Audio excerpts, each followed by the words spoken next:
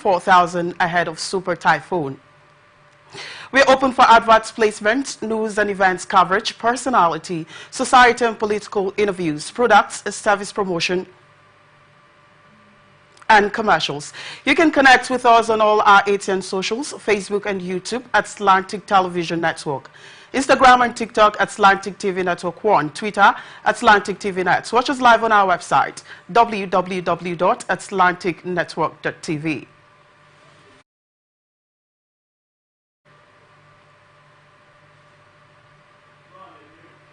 These and more stories to come your way in a moment. Do stay with us.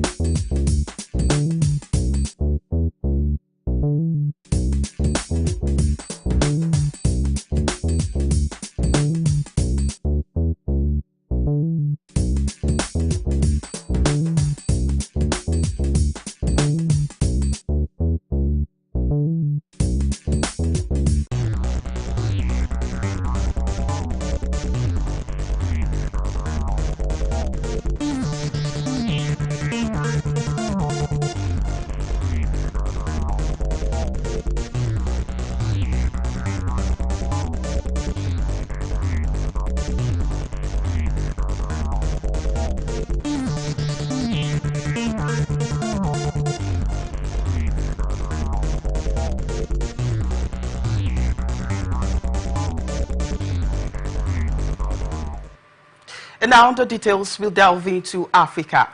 Senegal will vote in legislative elections on Sunday that will determine whether the new president and government can gain control over the National Assembly and push through their agenda for reforms.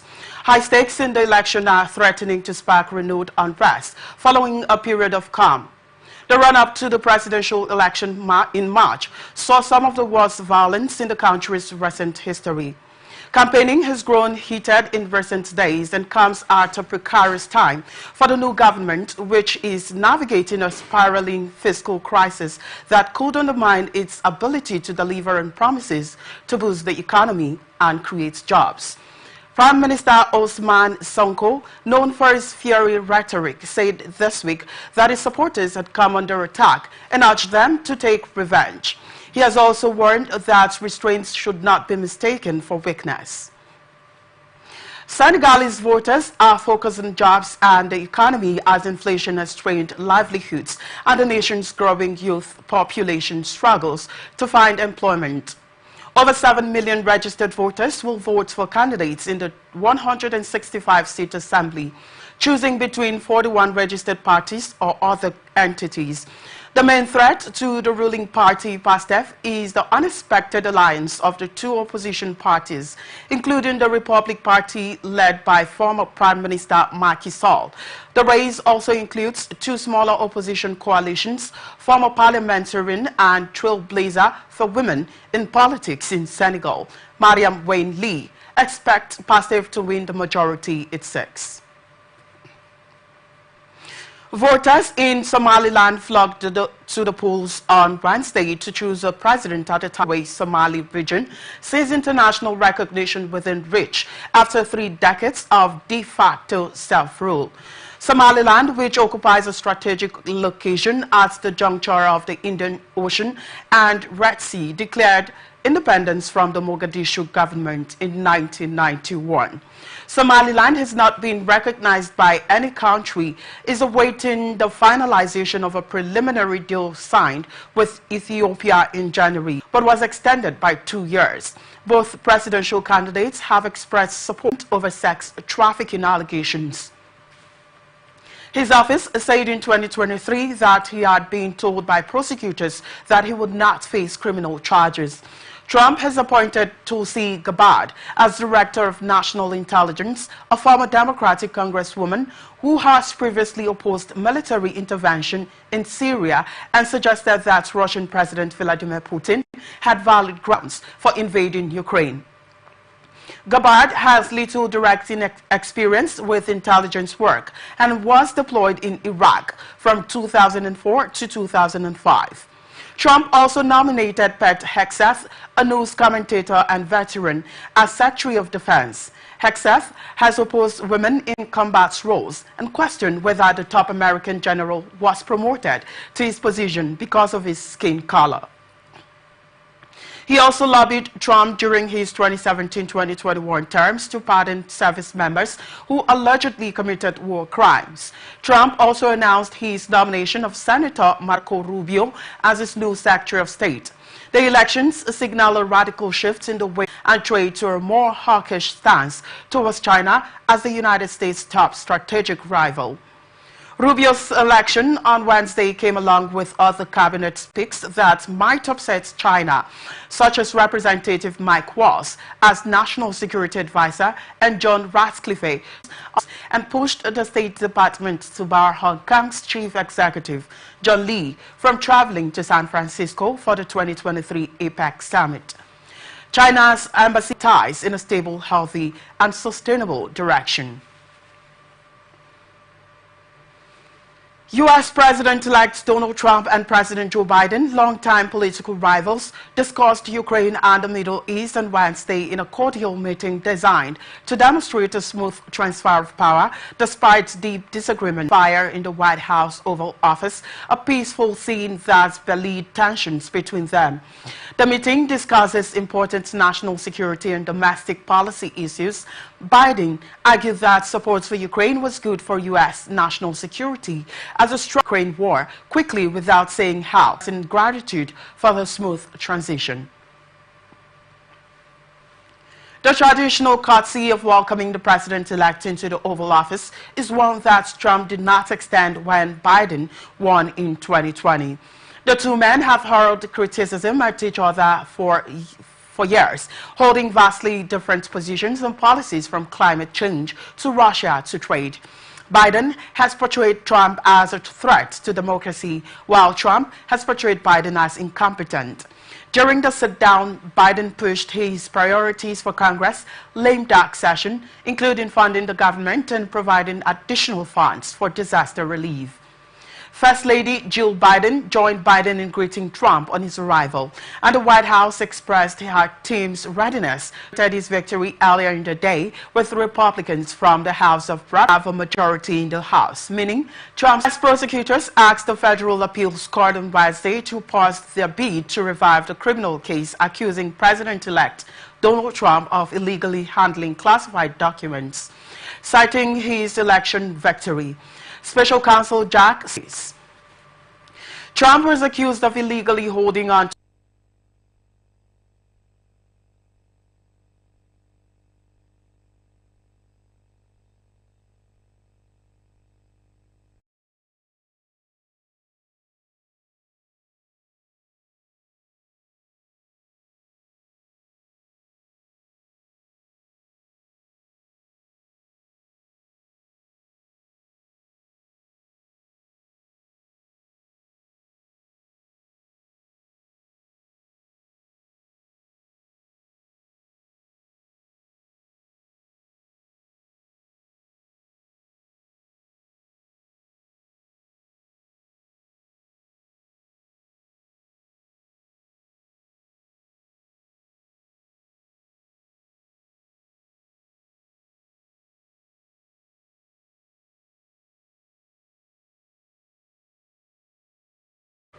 Trump was accused of illegally holding on to classified documents after he left office in 2021. A federal judge appointed to the bench by Trump dismissed the case in July after ruling that Smith was improperly appointed to the special counsel role, prompting prosecutors to appeal. Smith's prosecutors asked to weigh in by December 2nd on how to proceed in the case. They have already secured a similar post in another federal case accusing Trump of attempting to overturn his defeat in the 2020 election. New York Governor Kathy Hochul plans to revive a congestion charge for driving in parts of Manhattan that she put on hold in June. The city's first-of-its-kind congestion pricing program was initially set to charge a $15 toll during daytime hours for passenger vehicles driving in Manhattan, south of 60th Street, starting June 30. Hochul plans to announce a revised program with a base charge of $9 for passenger cars, which will need fast-track approval from the U.S. Transportation Department. The new toll is expected to be implemented before President Joe Biden leaves office on January 20th. The Metropolitan Transportation Authority is expected to vote next week to approve the charge, support $15 billion in debt financing for mass transit improvement. Federal law enforcement agents raided the downtown New York home of Polymarket CEO Shane Copeland on Wednesday, seizing his phone and electronics. The company confirmed. The early morning raid of Copeland's Soho apartment followed last week's presidential election in which bettors on Polymarket offshore crypto-fueled election gambling website had 4 weeks put Donald Trump's odds drastically higher than those of Vice President Kamala Harris, in sharp divergence from opinion polls. Copeland, Polymarket's 26-year-old founder, was roused from his bed at 6 a.m. by FBI agents demanding he give them his electronic devices. The DOJ is investigating Polymarket for allegedly allowing U.S.-based users to bet on the site, Bloomberg News reported on Wednesday evening. Polymarkets declined to comment on those allegations, but a spokesperson said the FBI raid was obvious political retribution by the outgoing administration against Polymarket for providing the markets that correctly called the 2024 presidential election. The company told newsmen that Copeland had not been arrested or taken into custody. The Department of Justice and the White House did not respond to requests for comment on the raid. In the run-up to the presidential election, the site gained widespread attention for the way it placed Trump's odds high above those of Harris, when opinion polls had for months shown the race in a dead heat. Polymarket, which does not allow trading in the U.S., also gained scrutiny after a mystery French trader known as the Polymarket Whale made large bets on Trump winning the election. The trader's huge wagers came in tandem with a dramatic rise in Trump's chances on the exchanges. President-elect Donald Trump's Republican Party will control both houses of Congress when he takes office in January, Edison Research projected on Wednesday, enabling him to push an agenda of slashing taxes and shrinking the federal government. Edison projected with 9 races yet to be called. They have already secured a U.S. Senate majority of his first presidential term in 2017 and 2021. Trump's biggest achievement was sweeping tax cuts that are due to expire next year. The legislation and Democratic President Joe Biden's signature $1 trillion infrastructure law both came during periods when the parties control both chambers. Passing legislation in Congress has struggled to perform its most basic function of providing the money needed to keep the government open. The thin Republican House majority has been his successor, Speaker Mike Johnson. Trump's grip on the party, and particularly its broadcast handliners, has been far firmer, as evidenced by his success earlier this year, killing a bipartisan deal that would have sharply stepped up border security. His power will also be backed up by a Supreme Court with a 6-3 conservative majority that includes 3 justices he appointed. More immediately, the Republicans' victory is certain to influence the House post-election lame duck session. The current Congress faces end-of-year deadlines for funding the government to avoid shutdowns at Christmas and extending Washington's borrowing authority to avoid an historic debt default. Texas woman pleaded guilty on Wednesday after being charged with threatening to kill individuals, including the federal judge overseeing the 2020 election subversion criminal case against Republican President-elect Donald Trump. Abigail Jo Shrai pleaded guilty to a threat related to charge in federal court in Houston. The charge stems from a voicemail she left with U.S. District Judge Tanya Chuktan, threatening to kill her and others. Shrai was charged last year amid surging threats to judges nationally. The U.S. Marshal's Service reported that serious threats against federal judges rose to 457 in fiscal year 2023 from 224 in fiscal 2021. Shrai used the racist slur to address Chuktan and threatened to kill anyone who went after Trump, who was charged with conspiring to obstruct the collection and certification of votes following his defeat to Democrat Joe Biden in 2020's presidential election. She also threatened to kill U.S. Representative Sheila Jackson Lee, a Texas Democrat who later died in July 2024 after being diagnosed with pancreatic cancer. Shrai placed a call on August 5, 2023, just days after Special Counsel Jack Smith's election subversion case was unsealed and assigned to Chuktan. Trump has denied the charges. Chuktan has approval requests by Smith to put the case on hold while prosecutors assess its future following Trump's victory in the November 5th election.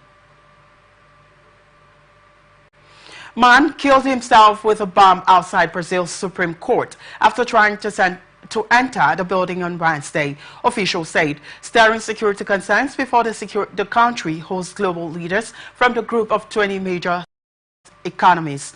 The blast comes 5 days before the G20 heads of state meet in Rio de Janeiro, followed by a state visit to the capital, Brasilia, by Chinese President Xi Jinping.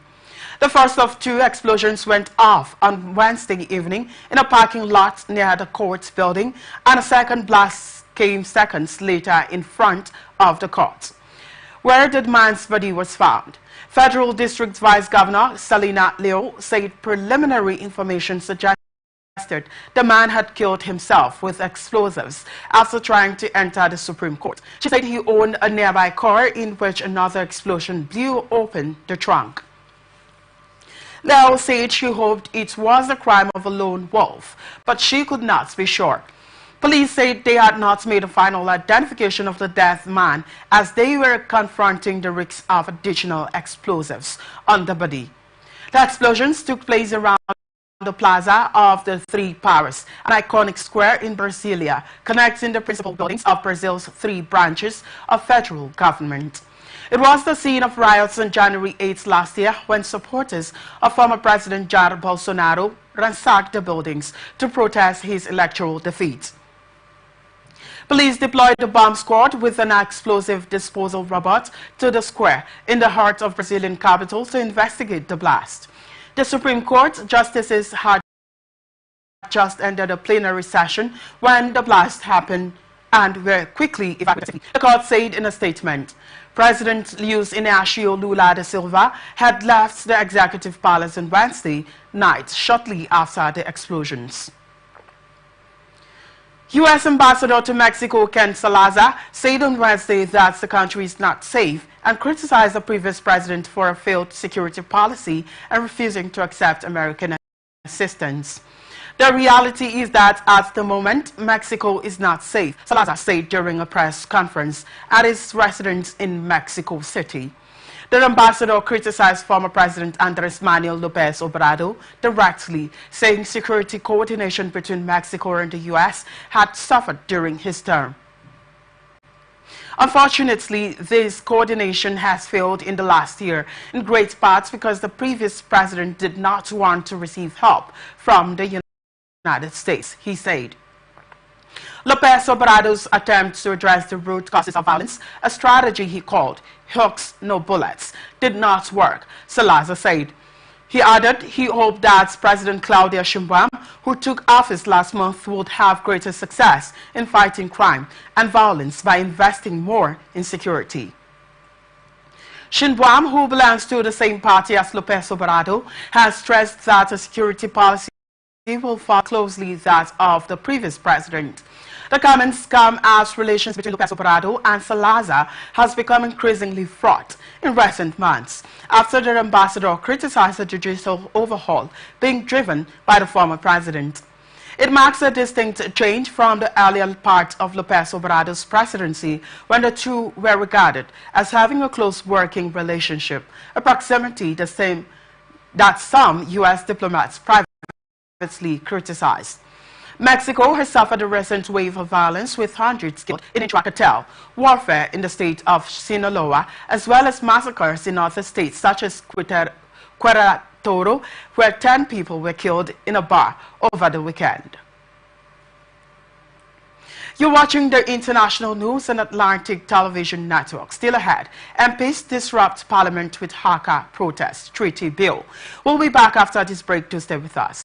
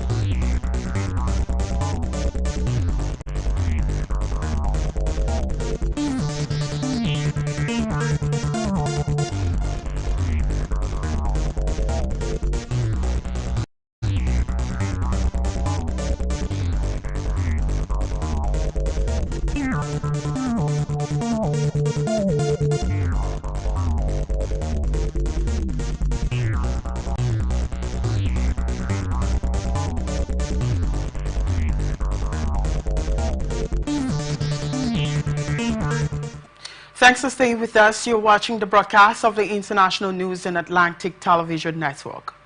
Remember, we are open for adverts placements, news and events coverage, personality, society and political issues, products, service promotion and commercials. You can connect with us on all our ATN socials, Facebook and YouTube at Atlantic Television Network, Instagram and TikTok at Atlantic TV Network 1, Twitter at Atlantic TV Net. Watch us live on our website, www.atlanticnetwork.tv. And now to the rest of our stories. Sri Lankans began voting on Thursday in a snap election to decide if the Indian Ocean island will give its new leftist president greater strength to help the poor as it recovers from a financial meltdown. Sri Lanka's presidential election is underway with just over 17 million eligible voters. The National People's Power NPP coalition, led by Marxist-leaning Anura Kumara Daisanayake, has just 3 of Parliament's 225 seats, prompting him to dissolve it and seek a fresh mandate. The election is expected to draw significant support. Daisanayake, a political outsider in a country dominated by family parties, supports policies to fight poverty and battle grafts. The election is critical as it tests the NPP's ability to secure the necessary parliamentary majority for the IMF package and to implement promised governance, constitutional and economic reforms. The main challenger to Daisanayake's coalition is the Samagi Jana Balawegaya party of opposition leader Sajith Premadasa, who favors a mix of interventionist and free market economic policies. The New Democratic Front, backed by previous President Ranil Wickremesinghe, is also a key contender. Sri Lanka, a nation of 22 million, was hit by a 2022 economic crisis triggered by severe shortage of foreign currency, boosted by a $2.9 billion bailouts program for the International Monetary Fund. The economy has begun a tentative recovery, but a high cost of living remains a critical issue for many voters, especially the poor. Daisanayake aims to tweak IMF bailouts targets to rein in income tax and free up funds for welfare investments. New Zealand's parliament was briefly suspended on Thursday after Maori members staged a haka to disrupt the vote on a contentious bill that would reinterpret a 184-year-old treaty between the British and indigenous Maori. The Treaty of Waitangi, signed in 1840 between the British Crown and over 500 Maori chiefs, outlines the governance agreement between the two parties. The interpretation of clauses in the document still guides legislation and policy today, but some argue it has discriminated against non-indigenous citizens. The ACT New Zealand Party, a junior partner in the ruling centre-right coalition government, has unveiled a bill to enshrine the narrower interpretation of the treaty in law. The bill is seen by many Maori and their supporters as undermining the rights of the country's indigenous people, who make up around 20% of the population. Hundreds have set out on a 9-day march from New Zealand's north to the national capital of Wellington in protest over the legislation. While the bill has passed too thick to see through in several places, as high levels of pollution combined with humidity, low wind speed and a drop in temperature, Dayal said, while some airlines warned flights could be affected. New Delhi's international airports diverted some flights on Wednesday. The minimum temperature in Delhi fell to 16.1 degrees Celsius on Thursday from 17 degrees Celsius the previous day. Weather officials said its pollution ranked in the severe category for the second day in a row, with a score of 430 on an index of air quality maintained by the top pollution panel that rates a score of 0 to 50 as good. Pollution in New Delhi is likely to stay in the severe category on Friday as well, the Earth Sciences Ministry said, worsening to very poor later, or an index score in the range of 300 to 400. The number of farm fires to clear fields of paddy stubble in preparation for the planting of wheat in North India has risen steadily this week to almost 2,300 on Wednesday from 1,200 on Monday, the ministry's website showed.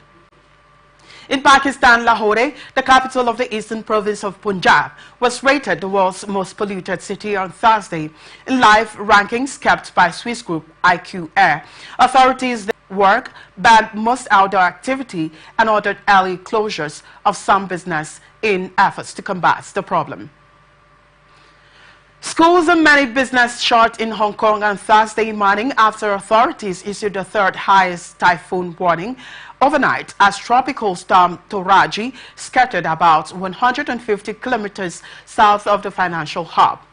Toraji is expected to weaken and move away from Hong Kong with winds moderating gradually during the day, the city's observatory said. The strong wind alert will be lowered to signal 3:10:20 a.m., the observatory said, which will allow many businesses to reopen for the rest of the day. Roads were quiet and damage appeared minimal in the city center. The city's stock markets remained open for trading on Thursday morning for the first time during a typhoon, while the city's airport authority said operations and flights were running normally. Typically, during a Typhoon 8 signal, transport is greatly reduced and people are advised to stay inside. Toraji, which means beautiful flower that blooms unnoticed, usually in the deep mountains of Korea, is one of 4 storms that have emerged at the same time in the western North Pacific and South China Sea this month. Authorities in the Philippines on Thursday ordered evacuations in northeastern towns ahead of the arrival of Super Typhoon Usagi as the storm-ravaged nation prepares for its 5th typhoon in a month and braces for a 6th later in the week. More than 24,000 people in the province of Cagayan have been evacuated, government data showed, including those forced to flee by earlier typhoons that inundated the towns. Evacuation efforts are ongoing. Usagi, known locally as Ophel, is forecast to make landfall in the province on Thursday afternoon. We are expecting the Cagayan River to swell again because of rains brought by Usagi, said Rueli Rapsin, head of the Cagayan Disaster Relief Office. He added that central and southern parts of Cagayan were experiencing moderate to heavy rains, while other parts of the province had gusty winds of up to 100 kilometers per hour Essential supplies like generators are ready in anticipation of power and communication blackouts from Usagi. Another tropical storm, Manyi, is approaching and forecast to hit the central Philippines on Saturday. All non-essential land travel in central provinces is discouraged, the Transport Ministry said in an advisory on Thursday. About 20 tropical storms strike the Philippines each year on average, bringing heavy rains, strong winds, and deadly landslides. In October, Storm Trami and Kongray pounded the main island of Luzon, killing 159 people, with 22 still missing, data from the National Disaster Agency showed. Former Taiwan President Tsai Ing-wen is planning to visit Canada next week. Two diplomatic sources told newsmen in a highly watched visit for a senior Taiwan politician who has a beacon, a symbol of the island's defiance against China's military threat. Canada, like most countries, has no official diplomatic ties with Chinese-claimed Taiwan, but economic and political exchanges between the two sides have increased as Beijing ratchets up military threats against the democratic island. Tsai, who stepped down in May, is planning to visit Nova Scotia and deliver a speech at a Halifax International Security Forum conference, which begins in November 22. The sources said, speaking on condition of anonymity, given the sensitivity of the matter. Tsai's office said in response to questions that if details of travel plans for her are confirmed, they will announce it at an appropriate time. It did not elaborate. Neither the Halifax Forum nor Canada's Global Affairs Department responded to requests for comment sent outside of Canadian office hours. China firmly opposed the visit and urges Canada to abide by the One China principle and take concrete actions to safeguard bilateral relations. Chinese Foreign Ministry spokesperson Ling Jian told the news briefing. Canada has a difficult relationship with China, including accusations from Canada about Chinese hacking attacks, which Beijing denies, and disputes over human rights and trade. Tsai's travel plan to Canada and the forum was first reported by Taiwan media.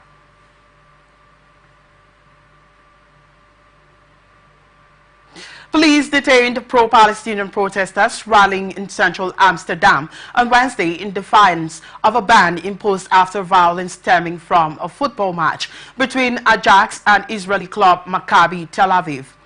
Dozens of demonstrators, some with Palestinian flags, chanted, "Amsterdam is saying no to genocide and free Palestine." Police in riot gear encircled the group and they were detained and put on buses. Police with expanded stop-and-search powers in the Dutch capital have detained or removed hundreds of demonstrators since last week's clash Sunday. Emergency measures imposed until Thursday.